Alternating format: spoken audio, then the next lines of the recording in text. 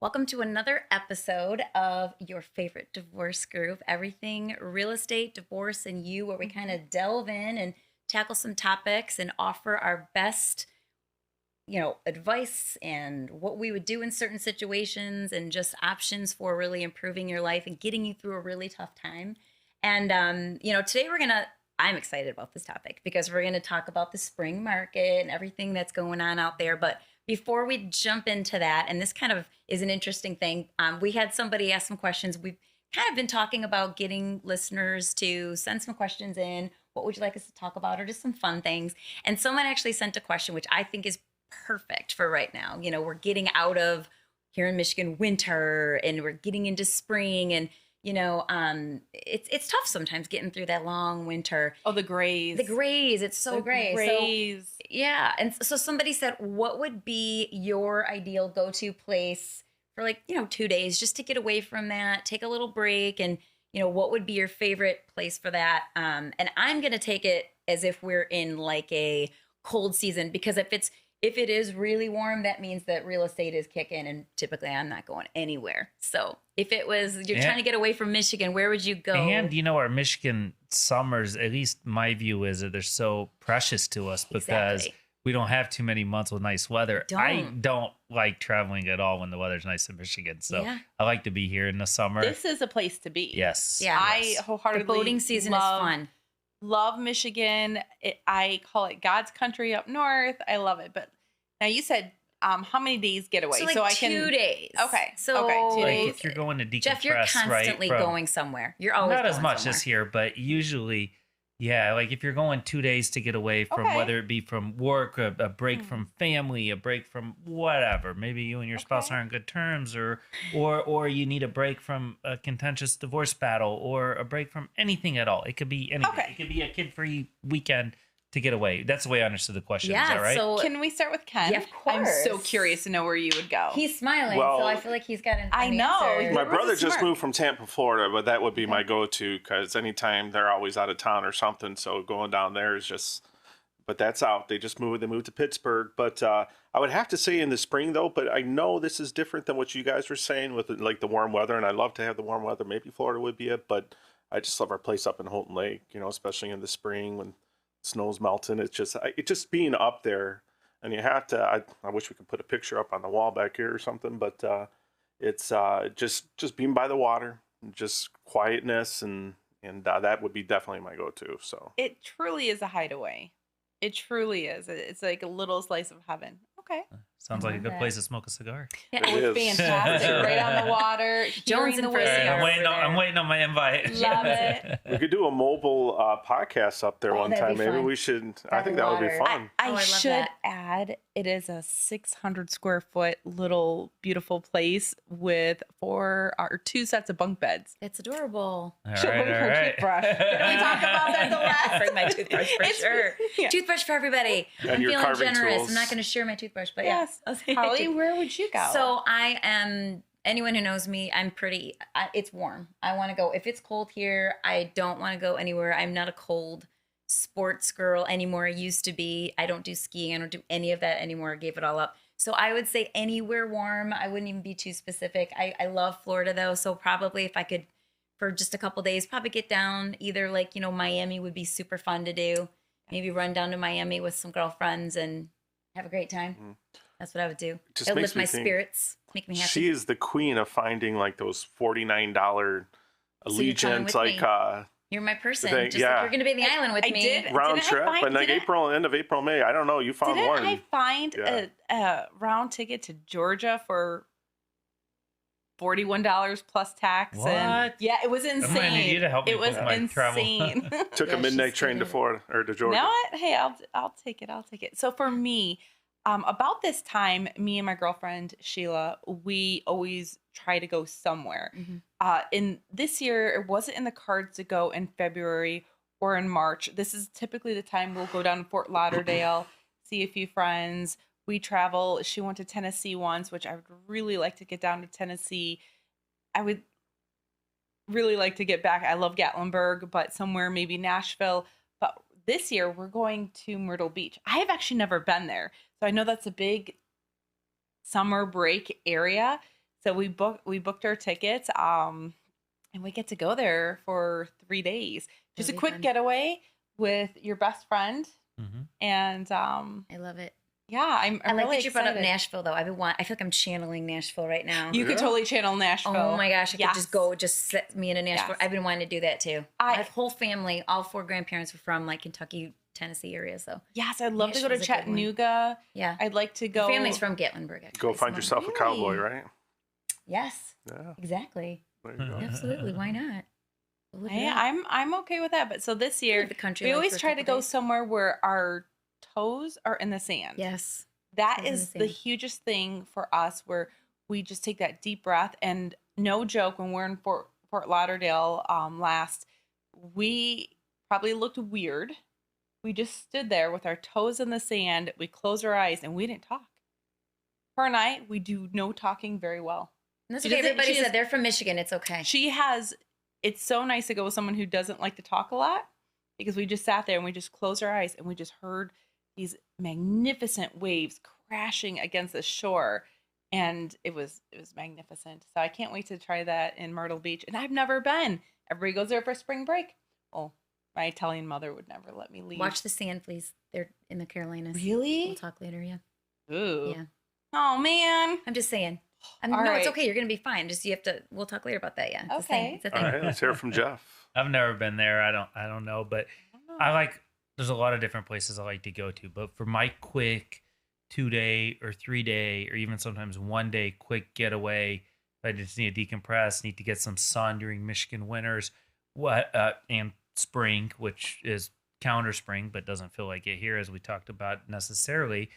Usually is Miami. It's an easy flight. It's quick. It's the same time zone. I Great know my food. way around. The water's there. The beach is there. The weather's phenomenal. You're right. Great food. Great food. And it's just, you can either get into the busy action, or you can just lay out and decompress and think, and which is what I prefer to do.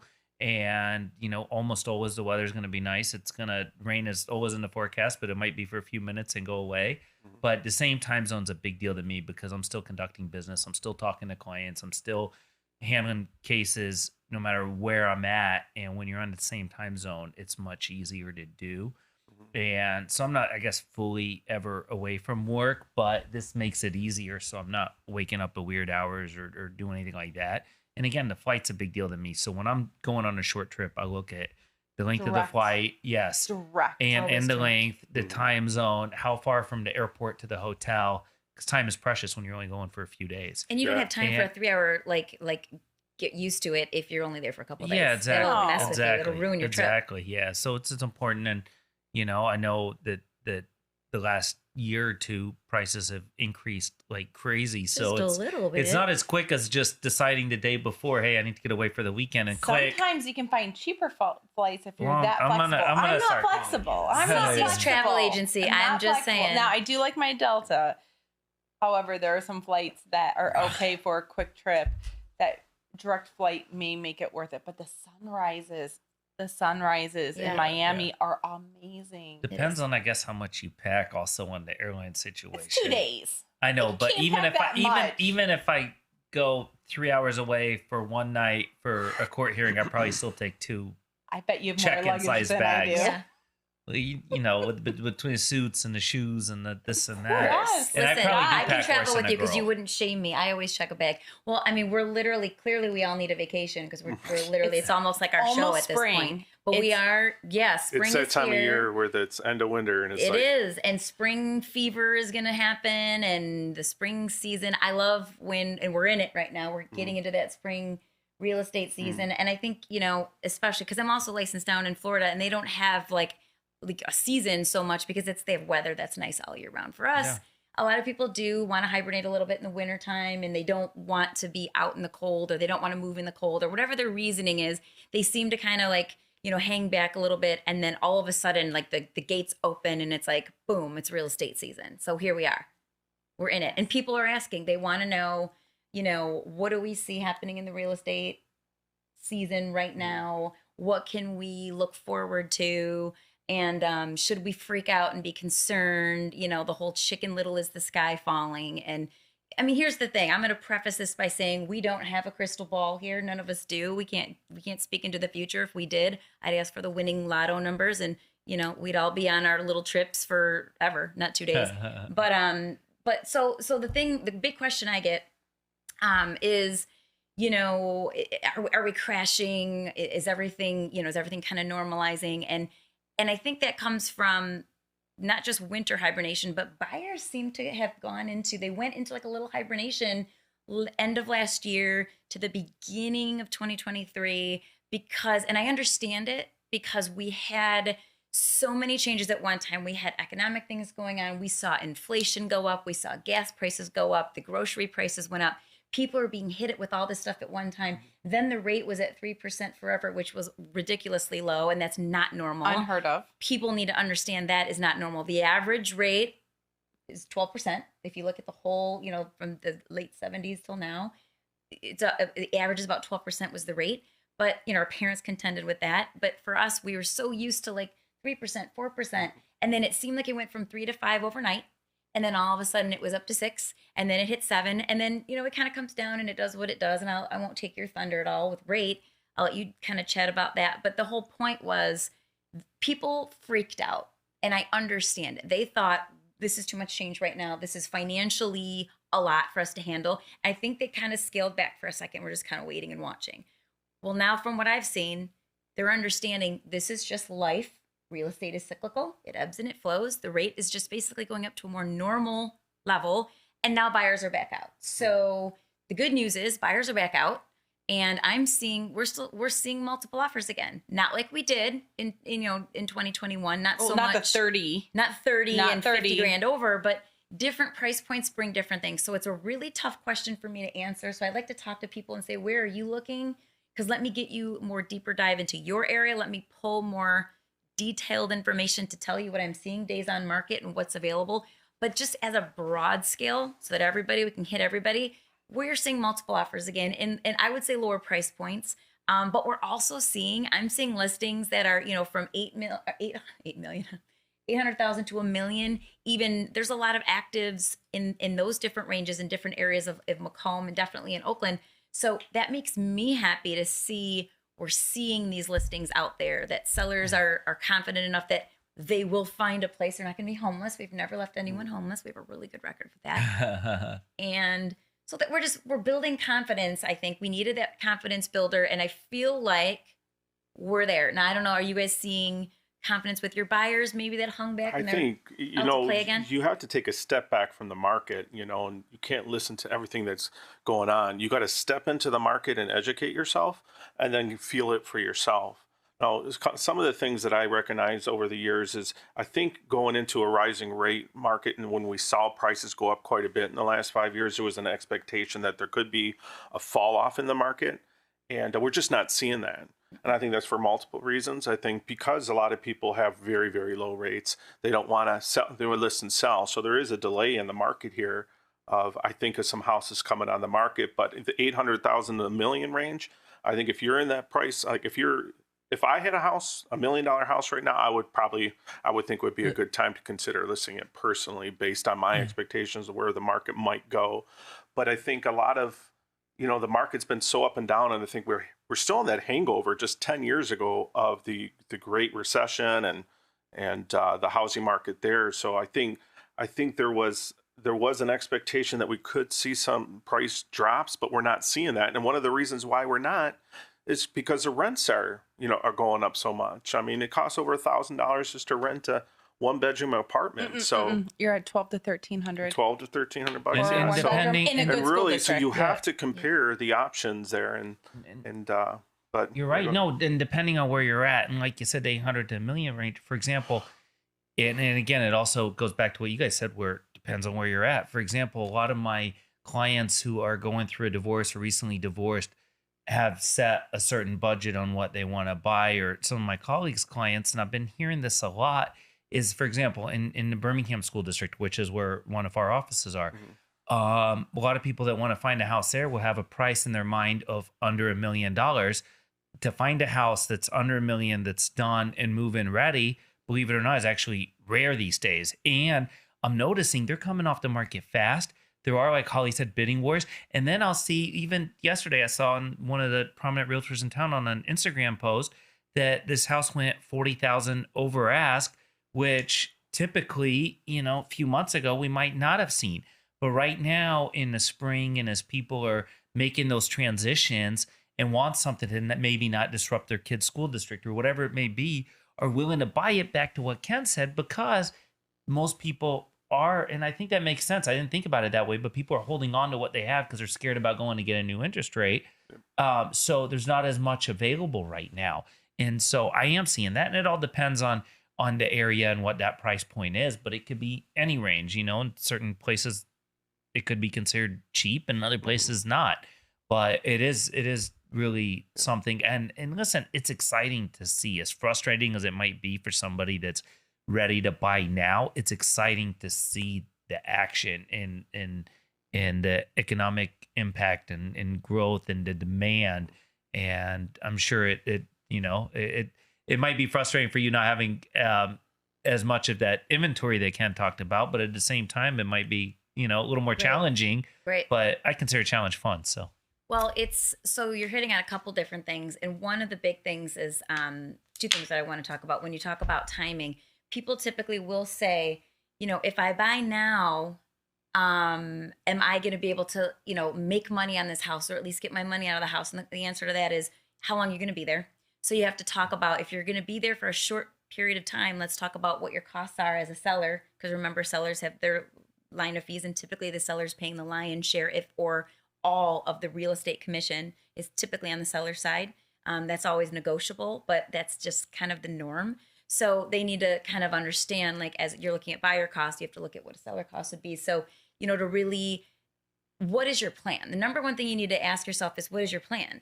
Because if you want to move, but you're sitting there not moving just because you're worried about 2 percentage points, it's like, you don't need to live that way. There are so many things you can do to combat that. Pick your place, move forward with your life, and worry about that later. That's not, there's ways that you can financially afford a place. You shouldn't just say, well, I'm never going to move just because the rate went up 2 points. There's other ways that you can look at it. And I look at it like, live your life kind of a thing. But with regard to people getting out there and listing their homes, yeah, I mean, the inventory is still considered a little bit less than what normal is, but we are seeing more traction in the market, which is a great thing. People are getting back out there. We've had some buyers were hibernating because they couldn't, or they didn't want to compete at that high level. So here's what I say to people. The people who are saying, I don't want to buy, or I don't want to move right now, I want to wait till the rate comes down. Just take a look at what happened in 2021. When we had that rate go down to 3%, you had everybody run out to buy. So even though you were getting a 3% or less, especially if you did less than a 30 or 15 or whatever, you get this sweetheart of a rate, but you're competing. And some people, if you weren't all cash, some people were cashing out their retirement accounts, and they were going to put the money back or borrowing it, leveraging everything. Because cash was king for sure. It usually is, but really in that situation, they're going 50,000 or more over. It's like 100,000 in Berkeley. Yeah, I know a house we $100,000 over. lost So out think on, about that. 100,000 over asking in Berkeley, south of 12 Mile. 100,000 over. Right. So if you're a buyer and you're only seeing that rate, and you don't understand the market demands are that when it comes down, more people are like, let's do it now. Let's take advantage of this. If you can't compete, then you can't compete. So it's almost like I told the people that these last 6 months, which were a little bit slower, the people that went out there and were like, I'm going to do it, and I'm going to use a 2-1 buy down, or I'm going to look at my finances and structure things in a way that works for me, they won big time because they were able to maybe get a little bit less than the asking price. They were able to negotiate. It was back to like real estate where we could do some negotiating. They didn't have to basically offer up their firstborn. And it was a situation where they won. They weren't up against all these other offers. So you have to look at it. Just because the rate is low, now you're competing. Can you compete? So I like a more balanced situation. I say the rate is what it is, and let's move forward and, and just live our life. I look at cities like Toronto, like Los Angeles, a lot of other cities where our sales are higher, we can see where the potential, where prices can go. And I still don't think we've seen it. So we've seen an erratic market with rates come up and down. There's a reaction when the affordability factor changes from one month to the next. But the reality is that you still need to put a roof over your head. And one of the biggest things that you have to consider when you're stepping into the market, especially right now, is if you want to buy a house in the next few years, there's not going to be a perfect point to buy. If you're waiting into say 6 months, a year, it's not, because when the rates come down, when the rates come down to 4.5, there's going to be a big flood of more buyers in there, or more pressure buying it. But if you buy a house, and even right now it's 6.5 or something, or 7, and the rates come down to 4.5, which expectations are next year, you'll be able to capitalize on that refinance. And the other thing, and this is contrary to what is, you also have to consider the cash flows. So you have to talk to an accountant when I mention this, but if you talk about itemizing taxes and your interest, and how that might affect your tax return, and again, I have to be very careful and make sure you talk to your accountant with this information. You can see where that difference is. So if you keep your taxes and insurance out, that $4,000 or $5,000 extra you get back on your taxes can be used towards those property taxes when you get them back in February, to allocate towards that. So if you're pushing the limit of what you might feel comfortable, if you keep the payment down, and there's a lot of other reasons why the housing market is where you want to be, and there's a lot of concerns going forward about what's going to happen, recession, jobs in there, but you just have to roll with the punches. And I like what you said regarding as possibly a tool using your tax returns. The conversations I'm having now are very impactful. The conversations I'm having with the families that I am trying to guide them to their next step, first-time home buyers, or even the second-time home buyers, the ones that had their first home and it was them and their dog. Mm-hmm. Now they want to start planning for the future. The interest rate's not going to stop it. But it's interesting that you brought that up about taxes, because that's a conversation that's being had the last month. Can I take $2,000 out of that? Can I do that and then put that towards closing costs? Having this conversation with clients and hearing where they're at right now is so promising. They're so beautiful. I just had a client come to me that I was not their first loan officer or second. I was their third. And being able to show them where they can go is so important. And having that kind heart and just hearing, like what you said, what is your goal? What can we do? And the conversations I'm having now is not based on the interest rate. It's based on their goal. Mm-hmm. And how can we get them to their goal? Because it may not be now. I'm not going to say no. I'm going to say when. And another very important thing is reconciling yourself to your decision. Because if you're going to make a mistake, you don't want to feel like you're pushed into it. You don't want to surround yourself with people pushing you down the road. You want, that's where it's important. I tell anybody who's looking to buy a house 3 to 6 months beforehand, come in, have that sit down, because you have to step into it. There's so, not to mention there's so many things with the credit you can improve for going from 718 to 768 that can save you hundreds of dollars a month in your payment. But just preparing, and especially with a spouse or girlfriend, or if you get married, is just investing yourself into the decision to be able to reconcile that decision, because who knows whether it's the right or the wrong decision. We can have another huge market crash and prices are going 50% off like they did, like 10, 15 years ago. I don't think we'll have that again. I don't think we will. I think that was something that never happened before, and I think just all the... It was a perfect storm. It was a perfect storm. People forget it wasn't just the reason why the issue happened with housing was one was the whole predatory lending. People were put into products they should never have been put into, and that's when we had the whole revamp, and things changed in our industry, and they needed to change. So people were in a product where they couldn't afford it. It's called predatory lending for a reason. So a lot of those bad lenders were shut out, thankfully. But also, especially in Michigan, we're tied to the big three so heavily. We had an economic situation where GM was they had to restructure, and all these plants and these industries that are connected to the auto industry and manufacturing, we're very heavy with that in the Detroit area. So we saw a lot of job loss.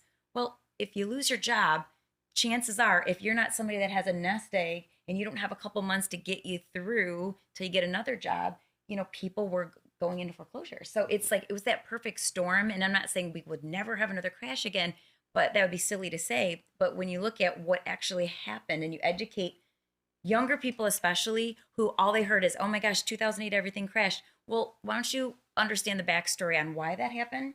And we've got things put into place now in our industry. There's checks and balances where we are accountable. We have fiduciary responsibilities where, you know, you guys are really careful when you counsel somebody on, they may be able to afford a house, but I see a lot of people, and I like this, they may be able to afford to go this high, but they even tell you, that's great that I'm pre-approved, thank you, but I'd like to stay under a bit. Oh, 100%. So They even have a better money mindset, which I think is refreshing. And I think that's going to be a big change and helps our market. People are understanding. They learned. Let's learn from history. I don't Yes. want to be in a situation, the worst happens if I'm medically incapacitated for a minute or I lose my job.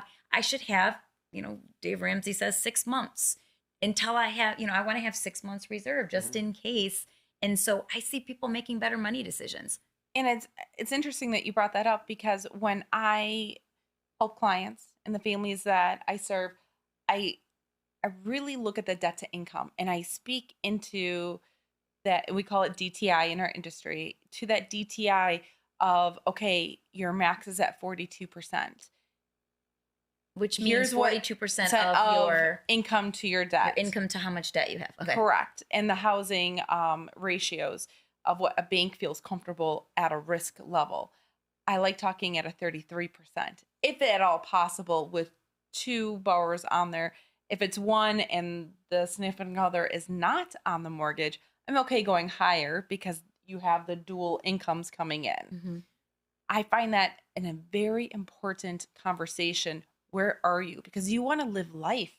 We want to go on those 2-day vacations. We want to be able to go to Churchill's and have that cigar and that bourbon, but you don't want to live for a house. You don't want to be house saddled. poor. Oh, you don't want to be, because No. then you can't buy the suit from Bill a couple episodes ago. Yeah, exactly. And you want to be able to, you know, getting divorced and, you know, this whole, you know, getting into like when your divorce is final and all these things that are going to impact that. You know, I know, Jeff, you see people that are probably, you know, excited to hurry up and move forward. And, you know, are you counseling them in a specific direction when they come to you and are worried about, you know, the market? I mean, I know that you refer them out to people who they can chat with about what's going on in the real estate market or whatnot, but are you seeing a lot of that with people that are going through the divorce process? Not all of them are excited. Some are scared. So Sure. yeah. Yeah. Yeah, Some no, might be I- on their own for the first time. Yeah, no, I see it. And I know earlier you had said you asked a question on what's your plan. And I don't think anybody, you know, some people are planners, but usually people that I know or hang out with usually aren't really planners. And so at least if I'm talking to somebody, not in a professional manner, but because that's not what I do, I'm not a real estate expert like you are. But maybe things that I would think about kind of as a layperson in this is, I look back at, like, for example, that 2008 crash that you talked about. I look at the cities or geographic areas that weren't as affected as strongly, or the ones that bounced back quicker. Mm-hmm. And if I have no clue how long I'm going to stay somewhere, whether I'm overpaying or not or whatever, I might not think I'm keeping this long term. So where am I going to go? And that's kind of what I tell when I'm talking to friends or colleagues is go in an area where you think there's going to be less risk. And again, because none of us know, but Right. It is always exciting at a new place, and exciting now. And especially if you're getting ready to sell your place, and spring's a great time to spruce it up and do all that, which I'm sure, you know, or tell your clients to do this Oh time yeah, of we got year, the right? checklists, Yeah, inside, yeah, outside. Yeah. Yeah. At the bring it- springtime, it's all new and it's refreshing. And I absolutely love this conversation because it's all anew. A new house, Mm-hmm. new future, new goals. Yep. So Spring fever for a reason. They don't say that lightly. I mean, it's true. People get all like hopped up about, you know, oh, winter's over. And especially for us, because we're like so excited to get out and get Mhm. moving and shopping. I mean, buying a house is the ultimate shopping, I say. It's fun. Cars. No, I like I that. like to do the cars. Yeah. I mean, we had a lot. I mean, this was a really great topic. We had a lot to really chat about, and I'm glad that we got to talk about it. I'm sure we'll keep talking about it as the season progresses. We'll do more updates on what's happening in the market. Now, I would like to say we are taking questions from our viewers. Yes. And I would love to know any other questions. please comment below, click the subscribe button.